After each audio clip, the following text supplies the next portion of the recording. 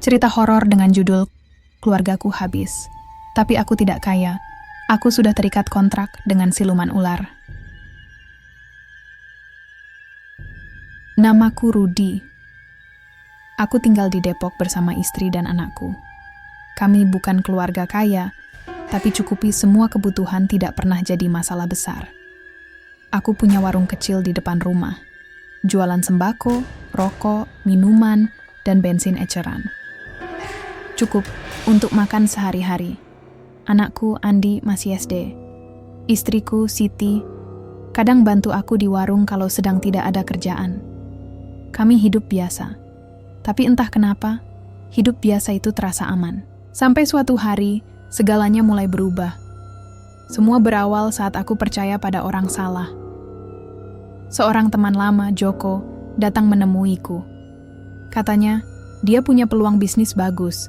Jual beli elektronik bekas, untungnya besar, cepat. Cuman butuh modal, aku ragu. Warungku saja susah, mana bisa investasi besar. Tapi ia meyakinkanku. Kamu percaya sama aku, Rudy. Aku sahabatmu. Aku percaya. Aku pinjam uang dari tetangga. Aku taruh semua tabungan kami ke bisnis itu. Bahkan warung sempat tutup beberapa minggu karena aku fokus bantu Joko. Lalu, kabar buruk datang. Joko menghilang, HP-nya mati, rumahnya kosong, semua uangku lenyap. Aku syok, bukan hanya soal uang, tapi rasa percayaku telah ditipu. Aku pulang dengan hati hancur. Siti menyambutku dengan senyum, tapi aku tidak bisa balas. Andi memeluk kakiku sambil tersenyum. Aku ingin menangis. Beberapa hari setelah itu, aku nyaris tidak keluar rumah. Warung tidak dibuka. Aku tidak makan banyak. Siti mencoba membangunkanku. Rudy, kita bisa mulai lagi. Tapi aku tidak percaya lagi pada apa-apa. Sampai suatu malam, aku berjalan tanpa arah. Kakiku membawaku ke pinggir jalan yang sunyi. Di sana, aku melihat seorang pria tua duduk di bangku kayu depan toko kosong. Aku tidak tahu siapa dia. Tapi rasanya seperti ia sudah menungguku. Ia tersenyum. Kamu sedang putus asa ya? Aku diam. Bagaimana dia tahu? Pria itu menepuk bangku di sebelahnya. Duduk. Aku bisa bantu kamu. Kamu mau kaya? Aku bisa bikin kamu kaya. Aku tertawa kecil. Kamu juga bisa baca pikiran? Ia tersenyum. Aku tahu kamu habis ditipu. Aku tahu kamu butuh uang. Aku tahu kamu tidak punya harapan lagi. Aku menatapnya. Siapa kamu? Ia menjawab pelan. Aku cuma penjaga jalan. Dan kamu sepertinya siap lewat jalan itu. Aku tidak sadar. Saat itu, aku sudah mulai masuk ke dunia yang tidak bisa kembali. Mari kita lanjutkan ke bab berikutnya. Aku masih ingat wajah pria tua itu. Keriput di wajahnya seperti garis-garis takdir yang sudah ia lalui. Matanya, entah kenapa, terlihat tahu segalanya. Ia tersenyum lagi. Kamu butuh uang, ya? Aku diam. Aku tidak percaya orang asing, tapi aku juga tidak punya apa-apa lagi untuk dipercayai. Bagaimana kamu bisa bantu aku? Kamu siapa? Tanyaku ragu. Ia menghela napas. Namaku tidak penting. Yang penting, aku tahu jalan pintas.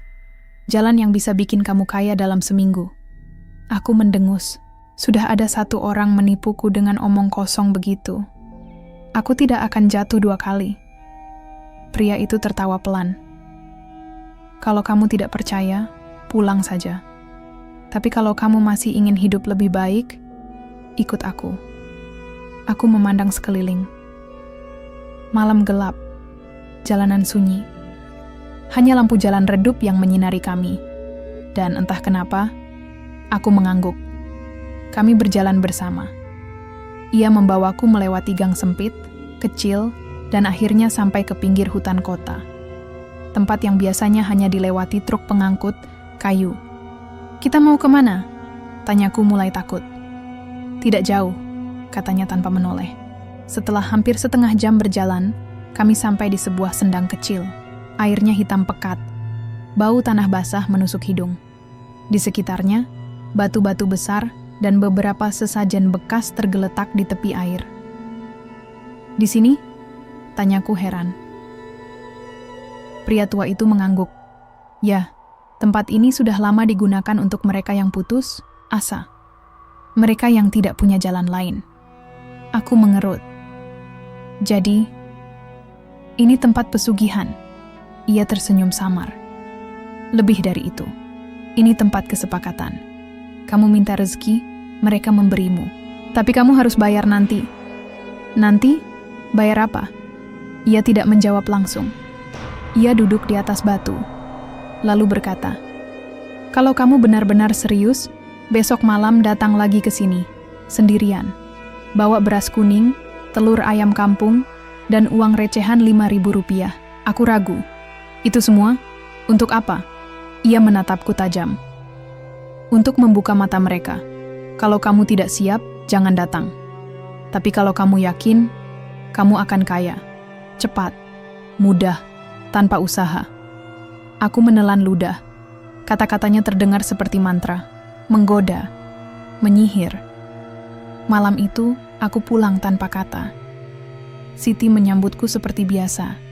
Andi tidur lelap. Aku tidak bisa tidur. Otakku terus memutar ulang perkataan pria tua itu. Besok malam, aku harus pergi ke sana. Aku tidak tahu kenapa, tapi aku merasa aku harus pergi. Esok malamnya aku pergi sendirian, membawa semua yang diminta. Aku tinggalkan istri dan anakku tanpa kabar, hanya secangkir teh hangat dan catatan pendek. Aku keluar sebentar. Saat sampai di Sendang, pria tua itu sudah menunggu. Ia tersenyum seperti sudah tahu aku akan datang. "Kamu ternyata benar-benar datang," katanya. Aku mengangguk. "Aku butuh uang. Aku tidak peduli apa caranya." Ia mengambil beras, kuning dan telur dari tas kecilku, meletakkannya di tepi Sendang. Lalu ia menunjuk uang 5.000 rupiah itu. "Uang itu harus kamu letakkan di air, tapi jangan pakai tangan. Gunakan mulutmu." Aku mengerut. "Apa? Itu jijik." Ia menatapku dingin.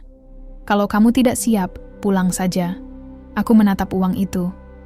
Lalu, kupetik uang 5.000 itu dengan gigi. Aku merasakan baunya. Bau lumpur, bau darah, lalu kulemparkan ke dalam air. Sesaat kemudian, desisan pelan terdengar dari dalam air, seperti ular berbisik. Angin berhembus kuat meski langit sedang tenang. Pria tua itu tersenyum. "Selamat datang di dunia baru, Rudi. Aku tidak tahu apa yang terjadi malam itu. Tapi pagi harinya, saat aku bangun, dompetku penuh. Uang, banyak, semua pecahan 500.000. Aku senang. Aku pikir, ini awal keberuntungan, tapi sekarang aku tahu, ini awal dari neraka. Mari kita lanjutkan ke bab berikutnya. Aku masih ingat betul bagaimana rasanya uang itu. Bukan uang biasa. Aku bangun pagi itu dengan dompet penuh. Tidak ada catatan, tidak ada tanda terima. Hanya uang dalam jumlah besar. Semua pecahan 500.000. Bahkan saat ku sentuh, uang itu terasa hangat, basah, seperti baru saja diambil dari air. Aku tidak percaya. Aku pikir ini mimpi. Tapi ketika aku keluar rumah dan membeli beras ke warung sebelah, penjualnya bahkan tidak ragu menerimanya. Uang itu sah, atau... Begitulah yang kupikir dulu. Beberapa hari setelah itu, usahaku mulai ramai.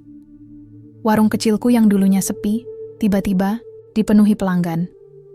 Mereka bilang, daganganku murah dan selalu tersedia. Padahal hargaku sama seperti sebelumnya. Stok juga biasa saja. Tapi uang terus datang. Setiap kali aku pergi ke pasar, pedagang langsung mengenalku. Mereka menawarkan barang lebih murah, bahkan kadang gratis. Seolah-olah mereka takut padaku. Siti mulai senang. Ia melihat suaminya kembali bersemangat.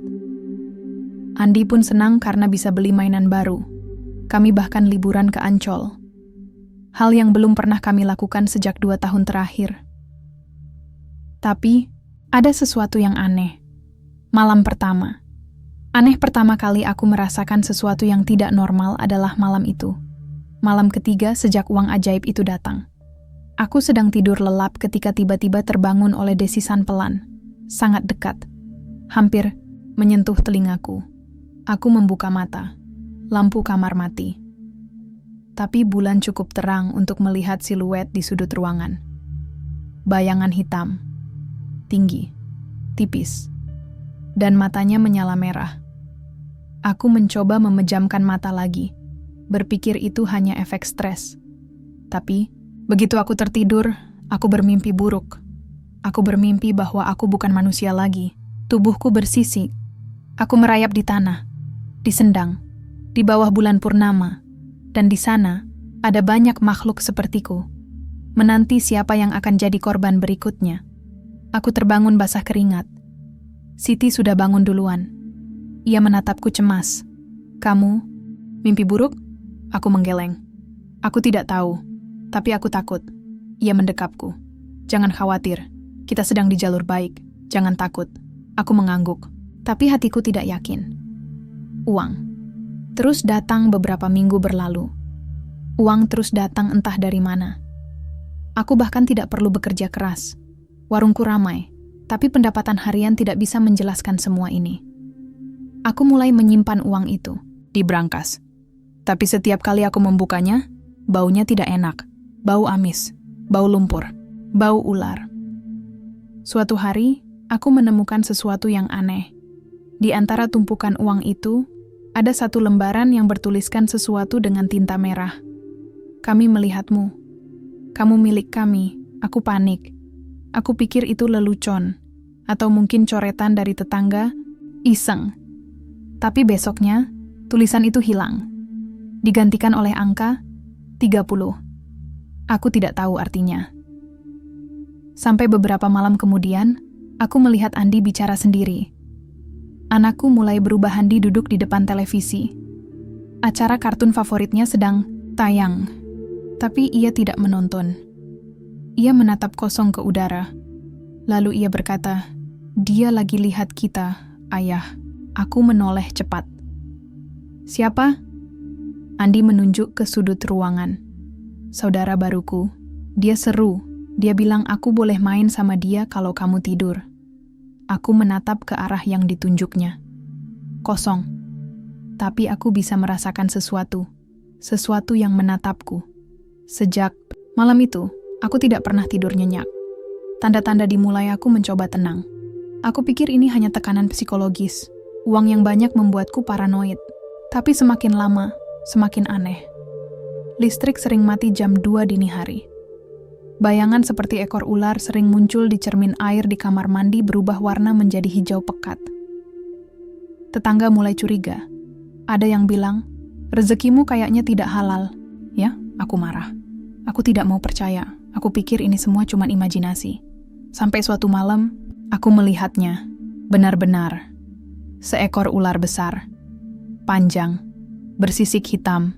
Matanya merah menyala. Memandangku dari balik tirai kamar. Aku ingin lari. Tapi tubuhku membeku. Lalu aku mendengar bisikan itu. Dalam kepalaku. "Terima kasih sudah pulang, Rudy." Aku terjatuh. Pingsan. Besok paginya, Siti menemukanku di lantai. Tapi tidak ada ular. Tidak ada bekas apa-apa. Hanya aku yang tahu bahwa sesuatu sedang mengikutiku. Dan aku mulai sadar, aku bukan hanya penerima rezeki. Aku adalah bagian dari mereka. Mari, kita lanjutkan ke bab berikutnya. Aku mulai menyadari bahwa uang itu bukan rezeki biasa. Setiap lembar yang kugunakan, setiap belanjaan yang aku bayar, setiap orang yang melihat uang itu, entah kenapa, mereka selalu menatapku dengan tatapan aneh. Seperti tahu ada sesuatu yang salah denganku. Tapi aku tidak peduli. Aku pikir ini hanya perasaanku saja. Sampai malam itu, malam ketika segalanya mulai terasa seperti mimpi buruk yang nyata. Aku sedang duduk di ruang tamu, menonton TV sambil menghitung uang dari laci warung. Siti sedang mencuci piring. Andi tertidur di kamarnya. Suasana rumah tenang, sangat tenang. Lalu, tiba-tiba, desisan pelan terdengar dari langit-langit, begitu jelas hingga membuat bulu kudukku merinding. Aku mendongak. Tidak ada apa-apa, hanya lampu gantung dan ventilasi kecil. Tapi suara itu tidak berhenti. Kamu sudah makan, sekarang giliran kami. Aku tersentak. Siapa di sana? Siti keluar dari dapur. Kenapa, Mas? Aku ragu menjawab. Tidak apa-apa. Aku kayaknya capek. Ia mengernyit. Kamu yakin? Tadi suaramu kayak marah-marah sendiri. Aku diam, tidak ingin membicarakannya. Tapi malam itu, aku tidak bisa tidur. Aku duduk di depan cermin rias Siti, melihat wajahku sendiri, dan aku melihat sesuatu. Matiku berkilat hijau, hanya sekejap, tapi cukup membuatku terlonjak mundur. Aku menutup mata, mengusap wajahku. Tapi begitu aku menatap cermin lagi, semuanya kembali normal. Aku mulai panik. Aku harus tahu apa yang terjadi padaku. Aku ingat kata-kata pria tua itu. Barang siapa yang ambil rezeki dari sendang, maka nyawa keluarga akan jadi taruhannya. Aku tidak percaya waktu itu. Tapi sekarang, aku takut. Siti mulai curiga beberapa hari berlalu. Aku mencoba bersikap biasa. Tapi Siti mulai curiga. Mas Rudi, kamu sering melamun akhir-akhir ini. Kamu baik-baik saja? Tanyanya suatu pagi. Aku mengangguk. Aku cuma lelah. Usaha lagi ramai tapi kadang bikin kepala pening. Ia memandangku, cemas. Kamu juga sering terbangun tengah malam. Ada apa? Aku tidak menjawab. Aku hanya menyalakan motor dan pergi ke warung. Tapi malam harinya, hal itu terjadi lagi. Andi menangis di kamarnya. Aku masuk, membangunkannya. Apa kamu mimpi buruk? Tanyaku. Andi menggeleng. Matanya berkaca-kaca. Dia datang lagi, Ayah. Saudara, baruku. Dia bilang, dia mau bawa Mama. Aku langsung membeku. Saudara kamu yang mana? Andi menunjuk sudut kamar. Yang di situ. Yang suka nonton kita tidur. Aku menoleh cepat. Tidak ada siapa-siapa. Tapi udara terasa sangat dingin. Aku membawa Andi ke kamar kami. Ia tidak mau tidur sendirian lagi. Tanda-tanda semakin jelas beberapa hari berlalu. Aku mulai menyadari hal-hal aneh lainnya. Di dalam warung, barang-barang sering berpindah tempat tanpa sebab. Tetangga tidak lagi sering main ke rumah. Katanya, ada sesuatu yang aneh kalau kesini. Siti mulai sering sakit kepala parah. Bahkan, dokter bilang tekanan darahnya normal. Dan yang paling menyeramkan, aku menemukan kulit ular kecil di belakang lemari. Aku tidak tahu itu asli atau ilusi. Tapi yang pasti, tubuhku mulai berubah. Kulitku lebih sensitif. Bau amis menyengat setiap kali aku pegang air. Dan saat mandi, aku melihat sisik kecil di lenganku. Hanya sepetak kecil. Tapi nyata, aku menutupinya dengan jaket panjang. Tapi Siti tetap menyadarinya. Mas Rudi, kamu sakit ya? Aku menggeleng. Enggak, cuma alergi sabun baru. Ia tidak percaya. Aku tahu itu dari matanya. Catatan kuno yang mengerikan suatu sore, Siti pergi ke pasar. Aku sedang membersihkan berangkas, mencari tahu apakah uang itu masih aman. Tapi di balik tumpukan uang, aku menemukan sesuatu yang aneh. Sebuah catatan kuno, kertasnya rapuh. Tulisannya mirip dengan yang pernah kutemukan di Sendang. Tapi ini lebih lengkap. Isinya, barang siapa yang ambil rezeki dari Sendang Hitam, maka ia telah terikat kontrak. Setiap rezeki yang masuk harus dibayar dengan jiwa. Keluarga pertama akan menjadi pembayaran awal. Jika tidak dikembalikan, maka semua akan menyusul. Jangan coba kabur, karena kau sudah milik kami. Aku gemetar membacanya. Aku mencari tahu dari mana catatan ini berasal, tapi tidak ada jejak, tidak ada siapapun yang meletakkannya. Aku membawa catatan itu ke Siti. Kamu tahu tentang ini? Tanyaku. Ia membacanya sekilas, lalu menatapku tajam. Kamu ikutan pesugihan, ya? Aku terdiam. Ia menangis. Aku tahu ada yang aneh. Aku merasakan sesuatu di rumah ini, sesuatu yang mengawasi kita. Aku menunduk. Aku cuma ingin kamu bahagia. Aku tidak tahu ini akan jadi begini. Ia memelukku. Kalau begitu, kita cari cara untuk batalkan semuanya. Aku takut, Mas. Aku takut kehilangan kamu. Atau Andi. Aku mengangguk. Tapi aku tidak tahu. Itu sudah terlambat. Siti hilang pagi itu, aku bangun dengan perasaan aneh. Rumah terasa sunyi. Terlalu sunyi. Aku keluar dari kamar. Tidak ada suara Siti di dapur. Tidak ada suara Andi bermain. Aku masuk ke kamar kami. Tempat tidur kosong. Pakaian masih rapi. Tapi Siti tidak ada. Aku mencari kemana-mana. Ke warung. Ke tetangga. Ke pasar. Tidak ada yang melihatnya pergi. Lalu, aku menemukan surat kecil di atas meja makan. Isinya, keluarga pertama telah dibayar. Aku tidak ingat apa yang terjadi setelah itu. Yang aku tahu, aku menangis. Aku memanggil polisi. Tapi mereka bilang tidak ada bukti hilang. Tidak ada jejak. Tidak ada CCTV. Hanya aku yang tahu bahwa itu benar-benar terjadi. Siti benar-benar hilang.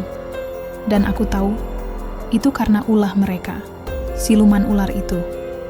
Bayangan itu datang lagi malam itu. Aku tidak bisa tidur. Aku duduk di ruang tamu, melihat jam dinding berdetak pelan. Tepat pukul 02.00 dini hari, pintu belakang berderit pelan. Aku menoleh. Bayangan hitam berdiri di sana. Tubuhnya tinggi, bersisik, matanya menyala merah. Aku tidak bisa bicara. Aku hanya bisa menatapnya. Lalu suara itu datang. Dari dalam kepalaku, keluarga pertama telah dibayar. Sekarang, giliranmu. Aku menutup mata. Tubuhku gemetar. Aku tidak bisa lari. Aku tidak bisa menolak. Aku sudah terikat. Aku sudah menjadi bagian dari mereka. Mari kita lanjutkan ke bab berikutnya. Aku tidak pernah menyangka akan kehilangan Siti. Ia menghilang begitu saja. Tidak ada jejak, tidak ada penjelasan. Polisi bahkan bilang mungkin ia kabur sendiri. Tapi aku tahu, itu bukan alasan yang masuk akal. Aku merasakan sesuatu setiap malam. Sesuatu yang semakin dekat. Semakin nyata. Dan entah kenapa, Andi mulai berubah. Perubahan. Pada anakku beberapa hari setelah Siti hilang, Andi tidak lagi seperti biasanya. Ia lebih pendiam, lebih sering menyendiri. Ia juga mulai bicara dengan seseorang yang tidak bisa kulihat. "Kamu lagi ngomong sama siapa, nak?" Tanyaku suatu pagi. Andi menjawab datar, "Saudara baruku." Aku membeku. "Siapa?" "Dia di belakang kamu. Dia bilang kamu sedih karena mama pergi. Tapi dia bilang, nanti kamu juga akan senang." Aku menoleh cepat. Tidak ada apa-apa di belakangku, tapi udara terasa dingin. Sangat dingin. Aku mencoba bersikap tenang. Aku pikir ini hanya imajinasi anak kecil. Sampai suatu malam aku melihatnya. Benar-benar. Di sudut kamar Andi, bayangan hitam itu berdiri. Tinggi, berkulit sisik. Matanya menyala merah. Aku ingin lari. Menarik Andi dan pergi sejauh mungkin. Tapi tubuhku membeku. Bayangan itu menatapku. Lalu berkata dalam kepalaku, "Dia sudah mulai milik kami." Aku tersadar ketika Andi menangis. Dia bilang, "Mama pergi karena belum bayar utang kita. Ayah yang bikin dia harus pergi." Aku memeluk Andi erat-erat. "Jangan dengarkan mereka. Mereka tidak nyata, tapi aku tahu. Mereka sangat nyata." Aku cari jawaban, aku mulai putus asa. Aku cari bantuan. Aku pergi ke dukun, paranormal, hingga pengajian di masjid besar. Semua orang memberiku jawaban yang berbeda. Ada yang bilang aku kena guna-guna. Ada yang bilang aku kena gangguan jin. Ada juga yang hanya menatapku dengan rasa iba. "Ayahmu sudah salah langkah," kata seorang kiai tua padaku. "Kamu sudah ikutan jalan gelap. Sendang hitam itu tempat siluman ular. Mereka tidak pernah memberi tanpa ambil." Aku menangis. Lalu bagaimana cara keluar dari ini? Kiai itu diam sejenak. Lalu berkata pelan, "Mereka tidak akan melepaskanmu. Tapi kalau kamu ingin selamat, kamu harus lepaskan semua uang itu." semua rezeki yang kau dapat. Dan kamu harus batalkan kontrak itu. Disendang. Aku pulang dengan harapan kecil. Tapi aku harus mencoba. Aku kumpulkan semua uang itu. Uang yang membuat hidupku enak. Uang yang ternyata menjadi kutukan. Aku bawa ke Sendang. Aku letakkan di tepi air. Lalu aku berdoa. Kalau kalian benar-benar ada, lepaskan kami. Ambil uang ini. Biarkan kami pergi. Aku menunggu. Angin bertiup pelan. Air bergoyang. Lalu, suara desisan terdengar. Kamu pikir uangmu bisa bayar semuanya? Kamu sudah terikat. Kamu milik kami. Keluarga pertama telah dibayar. Sekarang, giliran yang kedua. Aku mundur, ingin lari. Tapi ponselku berbunyi. Pesan dari tetangga. Mas Rudi, cepat ke rumah. Ini tentang Andi. Aku pulang. Dan duniamu hancur aku langsung lari pulang. Motorku geber secepat mungkin. Aku sampai menabrak trotoar karena terlalu panik. Sesampainya di rumah, beberapa tetangga sudah berkumpul. Wajah mereka penuh rasa kasihan. Aku mendobrak pintu. Dan aku melihat Andi, terbaring di lantai. Matanya terbuka, tapi tidak bergerak, tidak bernapas. Aku menjatuhkan diri, memeluk tubuhnya. Bangun nak, bangun! Tapi ia tidak bangun, wajahnya dingin. Seperti es, seorang tetangga mencoba menenangkanku. Dia ketemu di belakang rumah. Katanya, dia lompat dari atap. Tapi tidak ada bekas jatuh, tidak ada luka, cuma mati. Aku tidak percaya. Aku tahu, ini bukan bunuh diri, ini balasan. Siluman ular itu mengambil Andi. Aku kehilangan semua aku. Tidak ingat detail pemakaman. Aku hanya ingat wajah-wajah tetangga yang menatapku dengan rasa takut. Bukan karena kasihan, tapi karena mereka tahu ada sesuatu yang aneh denganku. Setiap kali aku lewat, mereka menjauh. Seolah-olah aku membawa kutukan. Aku pulang ke rumah kosong. Rumah yang dulunya penuh tawa. Sekarang hanya sunyi dan kesedihan. Aku duduk di ruang tamu, melihat foto keluargaku, Siti, Andi, aku. Lalu aku mendengar suara. Desisan pelan dari belakang. Aku menoleh pelan. Bayangan itu berdiri di sana. Tapi kali ini, ia berbicara dengan suara yang lebih rendah, lebih halus. Keluarga kedua telah dibayar. Sekarang, giliranmu. Aku menutup mata. Aku tidak punya kekuatan lagi. Aku menangis. Tapi air mataku tidak hangat. Air mataku basah dan berbau amis. Aku mulai berubah hari-hari setelah itu. Aku tidak pernah lagi tidur nyenyak. Aku tidak keluar rumah. Warungku tutup. Tetangga mulai menjauh. Bahkan petugas RT tidak pernah lagi menghubungiku. Aku tinggal sendirian. Di rumah yang dulunya penuh cinta. Sekarang hanya dipenuhi kesedihan. Tapi semakin lama, semakin aneh. Aku mulai melihat refleksiku di cermin berubah. Kulitku semakin gelap. Matiku berkilat hijau. Suaraku kadang berubah jadi bisikan pelan. Aku mencoba menghapus semua yang terkait ritual itu. Uangnya, catatannya, foto-foto Sendang. Tapi itu tidak cukup. Bayangan itu masih ada, dan ia semakin dekat. Aku bertemu pria tua. Lagi aku nekat pergi ke Sendang malam itu. Sendirian. Aku berteriak. Keluar. Aku mau bicara. Tidak ada yang muncul. Aku menunggu. Lama. Sampai aku mendengar suara langkah di belakangku. Pria tua itu kembali. Ia menatapku. Tapi matanya tidak ramah seperti dulu. Kini, matanya kosong. Dingin. Aku sudah bilang, kan? Kamu harus bayar mahal. Aku menangis. Aku sudah kehilangan semuanya. Apalagi yang kamu mau dariku? Ia tersenyum samar. Kamu, aku mundur. Aku manusia. Aku tidak bisa jadi seperti kalian. Ia menggeleng pelan. Kamu sudah berubah. Kamu tidak sadar. Tapi kamu sudah mulai seperti kami. Aku menggeleng. Tidak. Aku masih manusia. Pria tua itu menunjuk tanganku. Aku menatapnya, dan aku melihatnya. Sisik hitam kecil di lenganku. Aku menutup mata. Aku sudah tahu jawabannya. Aku bukan manusia. Lagi aku tidak pulang malam itu. Aku tinggal di Sendang. Aku duduk di tepi air, melihat bulan, mendengar desisan dari dalam. Aku merasa nyaman. Aku merasa seperti di rumah. Dan saat aku menunduk ke air, aku melihat refleksiku. Matanya merah, kulitnya bersisik, tubuhnya berubah perlahan. Aku menatap ke langit. Aku menangis. Tapi air mataku tidak hangat. Itu basah. Bau amis. Bau lumpur. Aku menutup mata. Aku bukan lagi manusia. Aku adalah mereka. Dan mungkin aku butuh seseorang untuk menggantikanku. Mari kita lanjutkan ke bab berikutnya. Aku masih ingat wajah Andi saat ia terakhir kali tersenyum. Waktu itu, kami sedang makan malam. Ia baru saja dapat nilai bagus di sekolah. Siti memasak nasi goreng kesukaannya.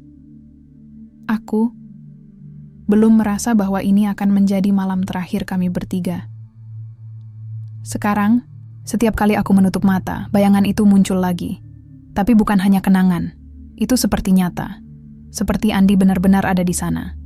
Dan kadang, ia tidak sendirian, ada yang bersamanya. Bayangan hitam. Perubahan. Setelah Mama pergi, setelah Siti hilang, Andi mulai berubah. Ia tidak pernah menangis. Tidak pernah bicara tentang Mama. Sebaliknya, ia sering tertawa. Tapi tawanya tidak seperti biasanya. Lebih rendah. Lebih dalam. Suatu pagi, aku bangun dan mendapati ia duduk di depan jendela. Menatap kosong keluar. "Kamu ngeliatin apa, Nak?" Yang tanyaku lembut. Andi menjawab pelan. "Dia lagi lihat kita." Aku mengernyit. "Siapa?" Dia bilang dia saudara baruku. Dia bilang, "Mama pergi karena ayah ambil sesuatu yang tidak boleh diambil." Aku membeku. "Jangan percaya omong kosong itu," kataku. "Mama pasti pulang suatu hari." Andi menoleh. Matanya agak berkilat hijau. Tapi Mama sudah tidak bisa pulang. Karena ayah sudah janji sama mereka. Aku ingin marah. Ingin membentak. Tapi tubuhku gemetar. Aku tahu, Andi tidak hanya bermimpi. Ia melihat mereka. Seperti aku. Ular mengikutinya beberapa hari setelah itu. Aku melihat Andi bermain di halaman belakang. Aku duduk di kursi kayu. Mencoba menenangkan diri. Tapi begitu kulihat ia berbicara dengan udara kosong, bulu kuduku merinding. "Kamu lagi ngomong sama siapa, Andi?" Andi menatapku. "Saudara baruku." Dia bilang, "Aku boleh ikut dia main kalau kamu tidur." Aku mendekat. "Apa katanya? Apa dia bilang sesuatu tentang ayah?" Andi menggeleng. Dia bilang ayah harus bayar lebih mahal. Kalau tidak, aku yang ambil alih. Aku panik. "Apa maksudmu?" Andi diam sejenak, lalu berkata, dia bilang, "Ayah sudah punya kontrak, tapi ayah tidak mau bayar. Jadi, aku yang gantikan." Aku menarik napas panjang. Aku tidak percaya apa yang kudengar, tapi semakin lama, semakin jelas. Aku bukan satu-satunya yang terikat, Andi juga. Malpraktek di sekolah 2 minggu kemudian, pihak sekolah menelponku. "Ayah Rudi?" "Iya, ada apa Bu Guru?" "Anak Bapak, Andi, dia dibawa ke UKS tadi siang. Katanya, ia pingsan di kelas. Tapi dokter bilang, tidak ada penyebab fisik, hanya mati mendadak." Aku tidak bisa bicara. Aku hanya bisa menangis. Ponselku jatuh dari tanganku. Aku langsung pergi ke sekolah. Melihat tubuh Andi tergeletak di ruang UKS. Wajahnya tenang, tapi dingin. Sangat dingin. Tidak ada bekas luka. Tidak ada tanda sakit. Hanya mati. Aku memeluknya, berharap ia bangun. Berharap ini hanya mimpi buruk. Tapi aku tahu, ini bukan mimpi. Ini adalah balasan. Bayangan itu muncul. Lagi aku pulang tanpa Andi. Tubuhnya dibawa ke rumah duka. Tetangga datang melayat. Tapi aku tidak bisa melihat wajah mereka. Aku hanya duduk di pojok ruangan, sendirian. Lalu malam itu, ia muncul lagi. Bayangan hitam itu berdiri di sudut kamar, menatapku. Keluarga kedua telah dibayar. Aku menutup mata. Aku tidak ingin ini terjadi. Aku tidak ingin anakku hilang. Tapi kamu sudah memulainya. Kamu ambil rezeki dari kami. Kamu harus bayar. Dan keluargamu adalah pembayaran awal. Aku menangis. Apalagi yang kalian mau dariku? Bayangan itu mendekat, lalu berkata, "Sekarang, giliranmu." Aku mulai hilang sejak Andi pergi. Aku tidak pernah lagi merasa hidup. Aku jarang makan. Tidurku tidak nyenyak. Setiap kali aku melihat cermin, refleksiku berubah. Kulitku mulai berbintik hitam. Matiku berkilat hijau. Suaraku kadang berubah jadi desisan.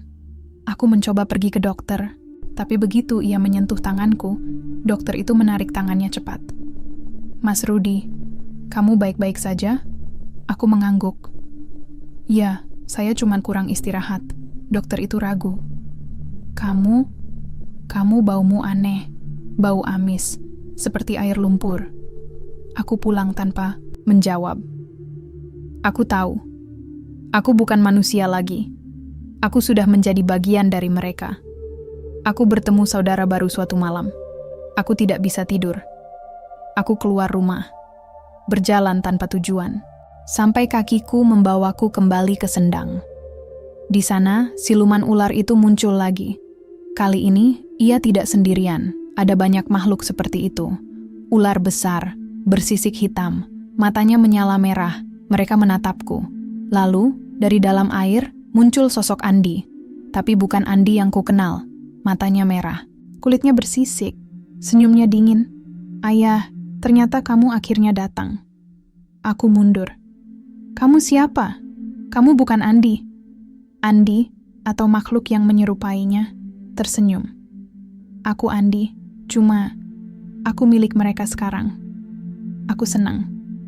Aku punya saudara baru. Aku ingin lari, tapi kaki-kakiku membeku. Siluman ular itu berbisik padaku, "Kamu punya dua pilihan, Rudi. Tinggal di dunia ini sebagai manusia yang hancur." Aku menahan napas, atau masuk ke dalam dan menjadi salah satu dari kami. Aku menutup mata. Aku tahu jawabanku. Aku menjadi bagian dari mereka. Aku tidak pulang malam itu. Aku tinggal di Sendang. Aku biarkan ular itu menyelimuti tubuhku, memasuki pori-pori, merasuk ke dalam jiwa. Rasa sakitnya tidak seperti apapun yang pernah kurasakan. Tapi aku tidak menjerit. Aku menerimanya. Aku ingin berubah, agar tidak sendirian lagi. Agar bisa bertemu mereka. Siti, Andi, agar bisa meminta maaf. Aku tidak bisa mati beberapa hari berlalu. Atau mungkin beberapa minggu. Aku tidak tahu waktu lagi. Yang aku tahu, aku tidak lagi seperti manusia. Aku bisa merayap di tanah. Aku bisa bersembunyi di air. Aku bisa berbicara dalam bisikan. Tapi aku tidak bisa mati. Aku mencoba. Aku pernah meminta orang membunuhku. Membenturkan kepala ke tembok. Bahkan mencoba bunuh diri. Tapi tubuhku tetap utuh. Hanya sisiku yang semakin banyak. Aku tidak punya tempat lagi di dunia manusia. Aku hanya bisa berada di pinggir Sendang, menanti. Menanti siapa yang akan datang. Siapa yang putus asa. Siapa yang butuh uang. Siapa yang akan kujemput untuk menjadi bagian dari kami. Aku adalah penjaga kontrak. Sekarang aku tidak tahu sudah berapa orang yang kutemui. Mereka datang. Curiga, takut, putus asa. Aku duduk di bangku tua depan toko kosong, menunggu, dan ketika mereka datang, aku tersenyum. Aku ulurkan tangan, dan aku berkata, "Kamu sedang putus asa, ya? Aku bisa bikin kamu kaya. Kamu mau kaya?" Aku tahu mereka akan mengangguk, karena dulu, aku juga seperti mereka. Putus asa, ingin kaya, ingin bahagia. Tapi sekarang, aku adalah penjaga kontrak. Aku adalah saudara baru mereka. Aku adalah siluman ular, dan aku menunggu. Sampai kamu datang. Mari kita lanjutkan ke bab berikutnya. Aku tidak ingat kapan terakhir kali aku merasa benar-benar sendirian. Sejak menjadi bagian dari mereka, selalu ada yang mengikutiku, bayangan hitam. suara desisan. Sisik di kulitku semakin menyebar. Tapi ada satu hal yang mulai menggangguku. Pria tua itu tidak pernah muncul lagi. Padahal dulu ia selalu ada. Di toko kosong. Di pinggir jalan. Bahkan kadang muncul saat aku sedang kebingungan. Ia seperti penjaga kontrak ini. Dan sekarang, ia hilang. Aku mencari pria tua. Aku nekat pulang ke Depok setelah beberapa hari tinggal di Sendang. Tubuhku sudah hampir sepenuhnya bersisik, tapi aku masih bisa menyembunyikannya dengan jaket panjang dan penutup kepala. Aku pergi ke toko kosong tempat kami biasa bertemu. Bangunan itu sudah lama tidak terawat. Catnya mengelupas. Bau kayu lapuk menusuk hidung. Di dalam hanya ada debu dan jejak waktu yang tertinggal. Aku duduk di bangku yang sama, menunggu, lama, sampai malam tiba. Tidak ada siapa-siapa, hanya suara, angin dan derak kayu rapuh. Aku mencoba mencari tetangga yang tahu tentang pria tua itu. "Mas Rudi, kamu cari siapa?" Tanya Bu Minah, tetangga sebelah rumahku. "Pernah lihat pria tua di depan toko itu? Tinggi, baju putih, sering duduk-duduk sendiri." Bu Minah memandangku aneh. "Kamu serius enggak tahu?" Aku menggeleng. "Iya, Bu. Siapa dia?" Wajah Bu Minah berubah. "Itu bukan orang asing, Nak. Itu pemilik toko itu dulu. Tapi dia udah mati. Lama banget. Sekitar tahun 1980-an. Katanya, dia terjun ke Sendang. Hilang tanpa jejak." Aku membeku. "Jadi, siapa yang bicara padaku?" Bu Minah menggeleng takut. "Aku tidak tahu. Tapi banyak orang bilang, kalau kamu duduk di sana sendirian, kamu akan ketemu penjaga itu. Yang pertama." Aku menelan ludah. "Penjaga kontrak pertama? Berarti pasti ada yang kedua, ketiga, dan seterusnya, termasuk aku." Catatan kuno di toko kosong. Aku kembali ke toko itu malam harinya, sendirian.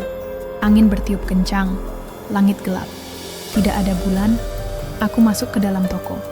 Di pojok belakang, aku melihat sesuatu. Di balik tumpukan kotak kayu rusak, sebuah amplop besar, tertutup rapi. Di atasnya tertulis, "Untuk penjaga baru." Aku membuka amplop itu pelan-pelan. Di dalamnya ada dua hal. Sebuah foto lama. 4 lelaki berdiri di depan toko. Salah satunya adalah pria tua yang pernah membantuku.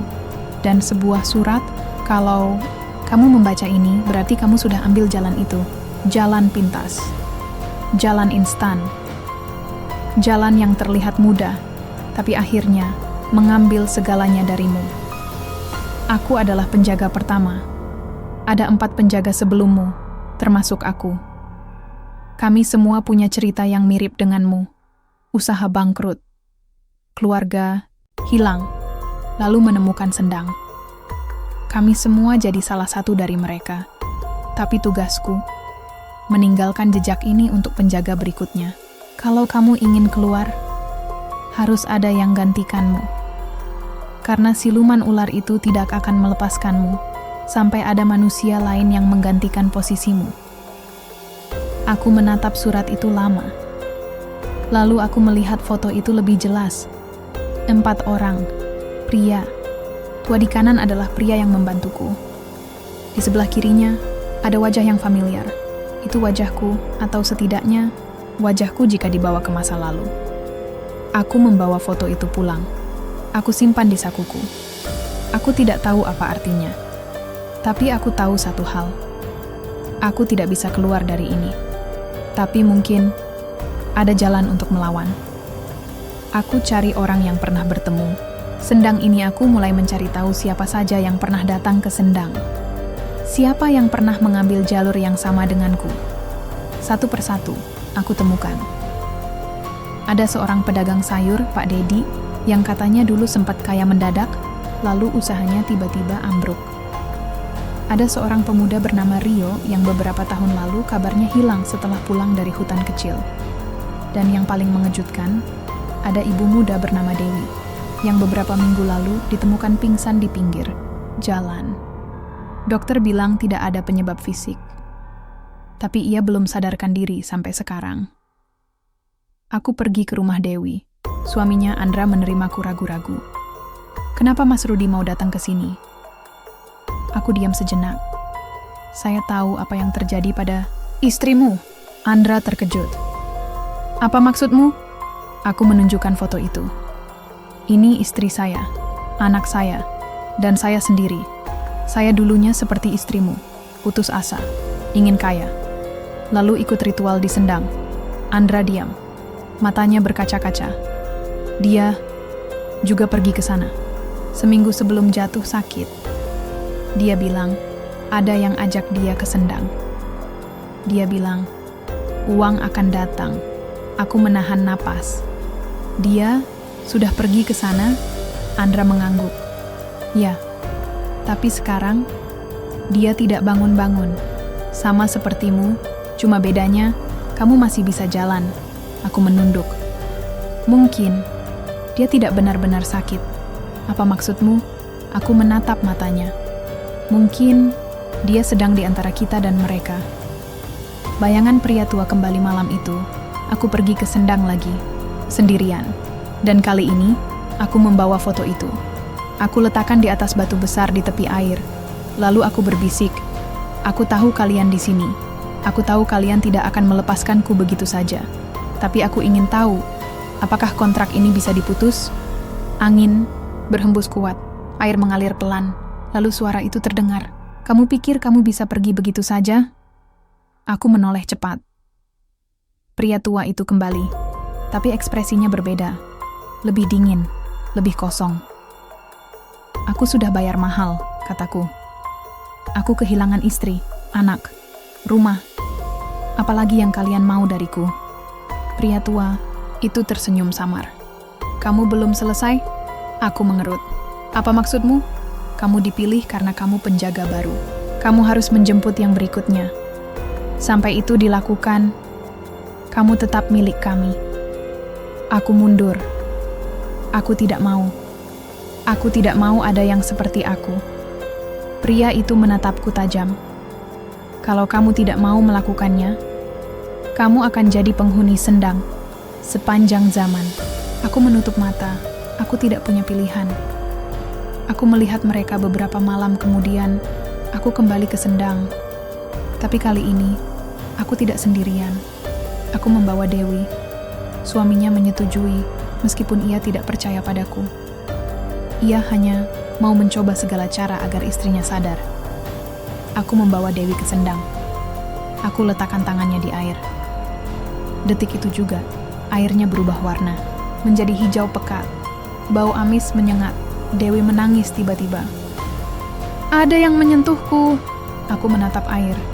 Mereka ada di sana. Mereka menunggu. Dewi membuka matanya. Aku bisa melihat mereka. Lalu ia menatapku. Mereka bilang, kamu saudara, baru kami. Aku menutup mata. Aku tidak bisa lari. Aku adalah penjaga kontrak sekarang. Dan aku harus menuntaskan tugasku. Mari kita lanjutkan ke bab berikutnya. Aku tidak pernah membayangkan akan menjadi seperti ini. Dulu, aku hanya pedagang kecil. Punya warung. Punya istri dan anak yang kucintai. Tapi sekarang, aku duduk di tepi Sendang, menanti siapa yang akan jadi korban selanjutnya. Dan Dewi, ia sudah mulai melihat mereka. Dewi melihat mereka malam itu. Aku membawa Dewi ke Sendang. Suaminya mengizinkan karena putus asa. Ia ingin tahu apa yang sebenarnya terjadi pada istrinya. Aku meletakkan tangannya di air. Dingin, hitam, bau amis menusuk hidung. Dewi menatapku. Matanya berkaca-kaca. Ada yang menyentuhku. Aku diam. Aku sudah tahu jawabannya. Siapa? Tanyaku pelan. Ia menatap air. Mereka banyak. Menunggu. Lalu ia menoleh padaku. Mereka bilang kamu saudara baru kami. Aku menutup mata. Ya, aku bagian dari mereka. Dewi mundur sedikit. Kenapa kamu bawa aku ke sini? Aku tidak bisa menjawab langsung. Aku bahkan tidak yakin aku masih manusia. Aku hanya tahu bahwa aku punya tugas. Menjemput yang berikutnya. Bayangan baru di Sendang angin malam bertiup kuat. Langit gelap, tidak ada bulan, tidak ada bintang. Air sendang mulai bergolak pelan, seperti ada sesuatu yang bangun dari dalam. Lalu, suara desisan terdengar. Dia sudah di sini. Saudara barumu telah datang. Dewi menatapku panik. Apa maksudnya? Kenapa kamu bawa aku ke sini? Aku menatapnya. Aku tidak punya pilihan. Aku harus memberikan seseorang untuk mereka. Dewi mundur. Jangan coba-coba, Rudi. Aku tidak mau jadi seperti kamu. Aku menahan napas. Kalau aku tidak lakukan ini, aku tidak bisa pergi. Dewi memandangku dengan tatapan ngeri. Kamu juga tidak bisa mati, ya? Aku menggeleng pelan. Aku sudah bukan manusia lagi. Siluman ular muncul lalu bayangan hitam muncul dari balik air. Tinggi. Bersisik. Matanya menyala merah. Dewi menjerit. Ia mencoba lari. Tapi kakinya membeku. Seperti dulu waktu pertama kali aku bertemu mereka. Ular besar itu mendekat. Mengelilingi kami berdua. Lalu suara itu terdengar dari dalam kepalaku. Kamu sudah bawa penggantimu? Aku menatap Dewi. Belum. Dia belum siap. Tapi dia sudah melihat kita. Dia sudah dekat. Kamu tahu aturannya. Sendang harus memakan nyawa setiap tahun. Aku menelan ludah. Kalau tidak ada yang masuk, apa yang akan terjadi? Kami akan ambil milikmu. Kami akan ambil jiwamu. Dan kamu akan tinggal di dalam sendang selamanya. Aku membeku. Aku tahu artinya. Jika aku gagal membawa pengganti, maka aku akan hilang. Tapi bukan mati. Aku akan menjadi bagian dari sendang itu. Tanpa identitas. Tanpa jiwa. Hanya menjadi bagian dari mereka yang tersesat. Aku harus pilih. Dewi menatapku dengan mata penuh ketakutan. Rudi, tolong aku. Aku ragu. Aku ingin membantunya. Tapi aku juga takut kehilangan diriku sendiri. Aku melihat ke arah siluman ular. Aku tidak bisa lakukan ini. Dia tidak pantas. Ular itu menatapku. Kamu pikir kamu pantas? Kamu dulunya juga tidak pantas. Tapi kamu tetap di sini. Aku tidak bisa menjawab. Aku ingat Siti. Andi. Keluargaku yang hancur karena keserakahanku. Aku benar-benar tidak pantas. Tapi aku juga tidak bisa biarkan Dewi jadi korban berikutnya. Aku coba melawan aku. Menarik tangan Dewi. Cepat, kita kabur. Tapi begitu kami mencoba berlari, angin kencang menghalangi langkah kami. Udara terasa dingin. Bau tanah basah menyengat, bayangan hitam muncul di hadapan kami. Kamu tidak bisa lari. Kamu sudah jadi salah satu dari kami. Aku menatap siluman itu. Aku tidak mau jadi penjaga kontrak lagi. Aku ingin keluar. Ular itu mendekat, matanya menyala. Tidak ada jalan keluar. Satu nyawa harus dibayar. Kalau tidak dia, maka kamu yang akan tinggal di dalam. Aku menutup mata. Aku rela. Dewi menatapku. Apa maksudmu? Aku menatapnya. Kalau kamu pulang, aku yang akan tinggal di sini. Aku yang akan menjadi bagian dari mereka. Dewi menangis. Jangan bodoh, Rudi. Kamu masih bisa sembuh. Aku tersenyum samar. Aku sudah tidak punya jalan lain. Lalu bayangan itu menyeretku. Aku masuk ke dunia. Lain aku tidak ingat apa yang terjadi setelah itu. Yang aku tahu, aku terbangun di dalam air. Dingin. Gelap. Di sekelilingku, banyak makhluk seperti aku. Semua berubah. Semua tersesat. Semua menunggu. Seorang lelaki tua mendekat, matanya merah, kulitnya bersisik. Selamat datang, penjaga baru. Tapi kamu tidak bisa lari dari tugasmu. Kamu harus cari yang berikutnya. Atau kamu akan tinggal di sini selamanya. Aku menatapnya. Aku tidak mau ada yang seperti aku. Lelaki itu tersenyum. Itu bukan pilihanmu lagi. Lalu ia menunjukkan sesuatu padaku. Bayangan keluargaku. Siti, Andi. Mereka berdiri di pinggir sendang, menatapku, tapi tidak bicara. Aku ingin berteriak. Ingin menangis. Ingin pergi ke mereka. Tapi tubuhku membeku. Aku sudah jadi bagian dari mereka. Aku melihat masa lalu beberapa hari berlalu. Atau mungkin beberapa minggu. Waktu tidak berarti lagi di sini. Aku sering melihat masa, lalu bayangan wajah Siti, tawa Andi, rumah kami yang dulu hangat.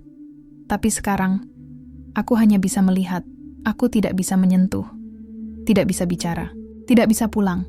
Aku hanya bisa menunggu, dan menunggu. Aku bertemu Dewi. Lagi beberapa malam kemudian, Dewi datang lagi ke Sendang, sendirian. Ia duduk di tepi air, menangis, meratapi keadaannya. Aku melihatnya dari balik tirai bayangan. Ia berbisik pelan, "Aku ingin uang itu. Aku ingin kaya. Aku ingin semua ini berakhir. Aku ingin berteriak, ingin memperingatkannya. Tapi aku tidak bisa. Aku hanya bisa menonton." Dan akhirnya, ia menyentuh air. Desisan keras terdengar. Lalu siluman ular muncul. Aku menutup mata. Aku tahu, ia akan jadi penjaga berikutnya, dan aku akan tetap tinggal di sini.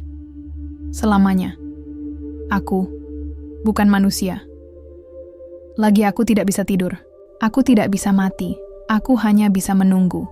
Di Sendang, di bawah bulan, di antara mereka yang tersesat, aku melihat bayangan orang-orang yang datang, yang putus asa, yang ingin kaya, yang percaya janji manis, dan aku ingin berteriak.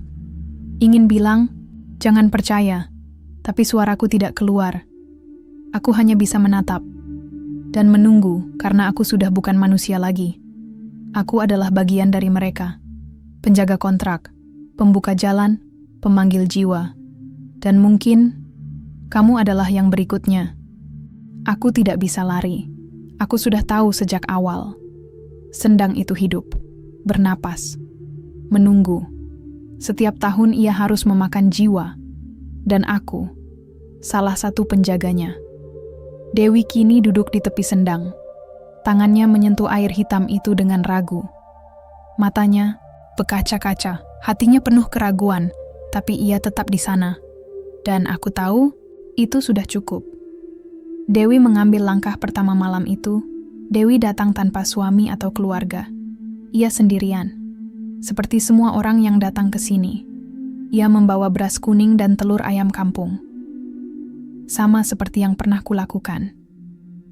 Aku menatapnya dari balik bayangan. Dia sudah siap. Suara desisan itu datang lagi. Dingin, menyusup masuk ke pikiran. Aku ingin melawan, ingin menghentikannya. Tapi tubuhku tidak punya kekuatan untuk bergerak. Aku hanya bisa menonton. Dewi meletakkan sesaji itu di atas batu besar. Lalu ia merendahkan diri, berdoa, minta jalan pintas. Tuhan, kalau ada yang bisa dengar aku, tolong aku. Aku butuh uang. Aku butuh jalan keluar. Lalu, angin bertiup kuat. Air mengalir pelan. Bau amis menusuk hidung. Siluman ular itu muncul. Bayangan, hitam, bersisik, berkepala dua. Ia menatap Dewi. Kamu sudah datang. Dewi mendongak. Apa kamu bisa bantu aku? Ular itu tersenyum. Jika bisa disebut senyum. Tentu. Kami bisa. Aku ingin berteriak. Jangan percaya. Tapi suaraku tak terdengar. Aku hanya bisa diam. Menjadi bagian dari mereka. Lagi. Rezeki datang. Lagi esok pagi, aku melihat Dewi pulang. Wajahnya sedikit lebih cerah. Di tangannya, dompet tebal. Penuh uang. Aku tahu itu akan terjadi. Rezeki instan, cepat. Tanpa usaha. Tapi aku juga tahu harga yang harus dibayar. Beberapa hari setelah itu, kabar tentang Dewi menyebar. Warungnya, yang biasa sepi, tiba-tiba ramai. Orang-orang bilang, dagangannya murah tapi untung banyak. Tapi aku bisa melihat perubahan pada wajahnya. Matanya mulai berkilat hijau. Saat malam hari, ia sering tertawa sendiri. Seolah bicara dengan seseorang yang tidak bisa dilihat oleh siapapun selain dia. Dan suatu malam, ia berbicara padaku. Aku sering mimpi buruk, katanya pelan. Di situ ada ular besar menjilat wajahku. Tapi anehnya, aku tidak takut. Aku nyaman. Aku menatapnya. Kamu jangan terlalu dekat dengan mereka. Dewi mengernyit. Siapa mereka? Aku tidak menjawab. Aku hanya menunduk. Aku tahu apa yang akan terjadi. Aku sudah melewati ini. Pertanda, mereka mulai mengambil beberapa minggu berlalu. Dewi semakin kaya. Warungnya buka cabang. Ia bahkan beli mobil baru. Tapi Andra, suaminya, mulai curiga. Dia berubah, kata Andra padaku suatu sore. Dia sering hilang tengah malam. Dia ngomong sendiri. Bahkan anak kita nangis kalau lihat mamanya. Aku diam. Aku tidak bisa membantunya. Aku hanya bisa menunggu. Menunggu saat siluman ular itu mengambilnya. Dan akhirnya, saat itu tiba, Dewi menghilang suatu pagi. Tidak ada jejak, tidak ada HP aktif, tidak ada pesan terakhir.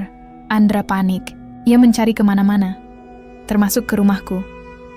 Mas Rudi, kamu tahu sesuatu ya? Tanyanya dengan mata merah. Aku tidak bisa menjawab langsung. Yang bisa kukatakan hanyalah, ia sudah pergi. Wah, kemana? Aku menatap matanya. Ke tempat yang sama, seperti aku. Andra menangis. Tolong aku, Mas. Aku tidak mau kehilangan istriku. Aku menutup mata. Sayangnya, kau sudah kehilangan dia. Dewi jadi penjaga baru malam itu. Aku kembali ke Sendang.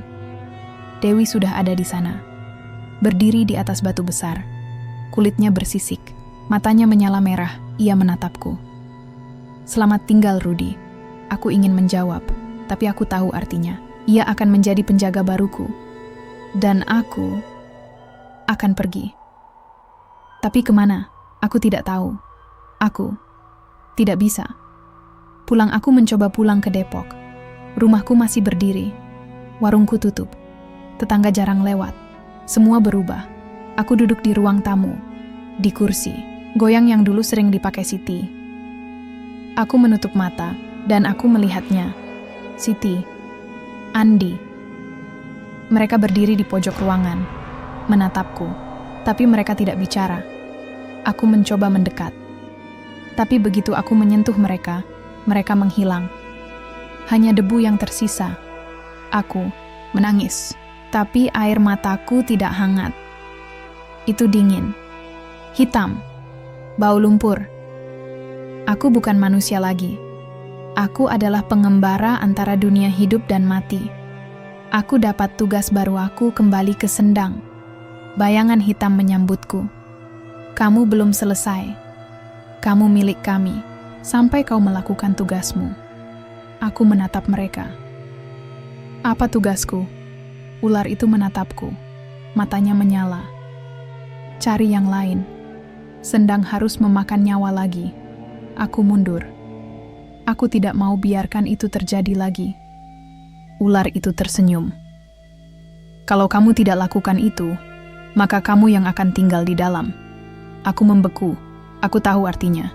Aku harus kembali ke jalanan, ke gang-gang sempit, ke sudut-sudut kota, mencari seseorang yang putus asa, yang butuh uang, yang tidak punya harapan, dan aku akan memberikan janji palsu agar aku bisa bertahan.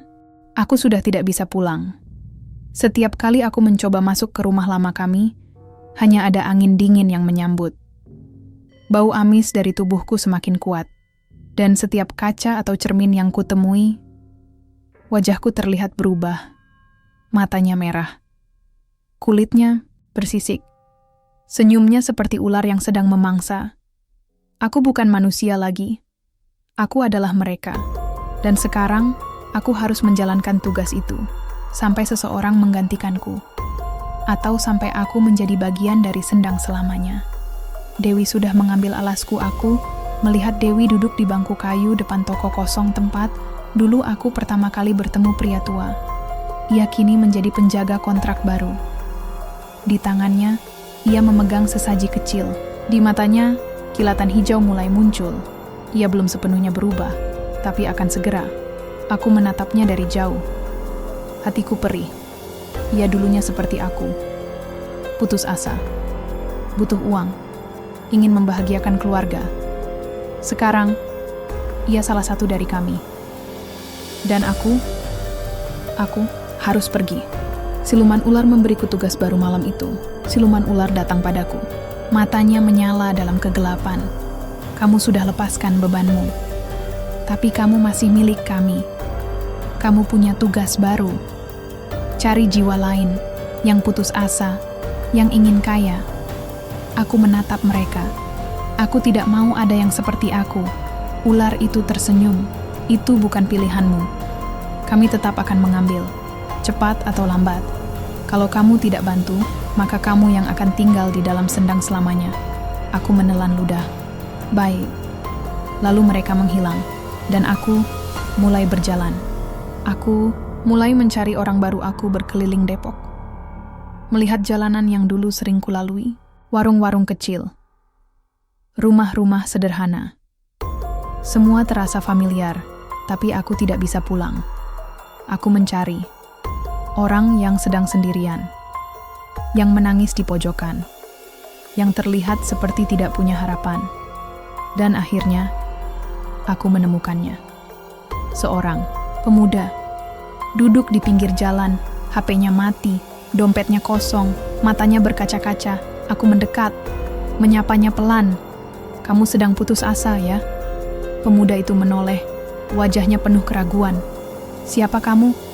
Aku tersenyum. Aku cuma orang biasa, seperti kamu. Aku duduk di sebelahnya, lalu berkata, aku tahu jalan pintas. Kalau kamu mau ikut, kamu bisa kaya dalam seminggu. Ia ragu. Kayak pesugihan? Aku mengangguk pelan. Lebih dari itu, ini kesepakatan. Kamu minta rezeki, mereka memberimu. Tapi, suatu hari nanti, kamu harus bayar. Pemuda itu menatapku.